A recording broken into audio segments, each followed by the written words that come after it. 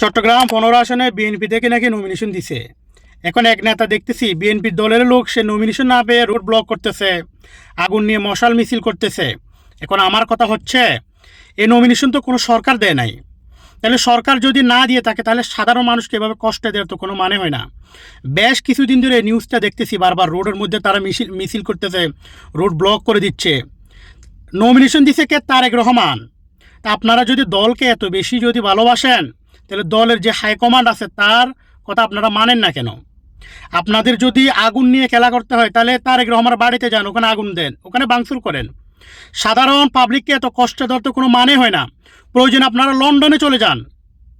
আপনারা রুটগুলো ব্লক করতেছেন, গাড়ি চলাচল করতে পারতেছে না, মিছিল করতেছেন। এটা কোনো একজন নেতার বৈশিষ্ট্য হতে পারে না। এই যে আপনি দলের হাইকমান্ডটা মানতেছেন না, এটা আপনার নিজের ক্ষতি করতেছেন। রাজনীতিকে এত বছরের ক্যারিয়ারটা আপনি নিজে ধ্বংস করতেছেন। যারা আপনাকে এই উৎসাহটা দিচ্ছে, দলের বিরুদ্ধে গিয়ে আপনি মিছিল করতেছেন, মিটিং করতেছেন, রোড ব্লক করতেছেন, এরা আসলে আপনার ভালো চায় না। কারণ কারণ প্রত্যেকটি দলে উচিত দলের যে হাইকমান্ড আছে সেটা মানা, অক্ষর অক্ষর পালন করা। এখন যা আপনাদের দল থেকে যাকে নমিনেশন দিচ্ছে, আপনারা সবাই মিলে তাকে কিভাবে জিতাতে পারবেন সেই চেষ্টাটা করেন।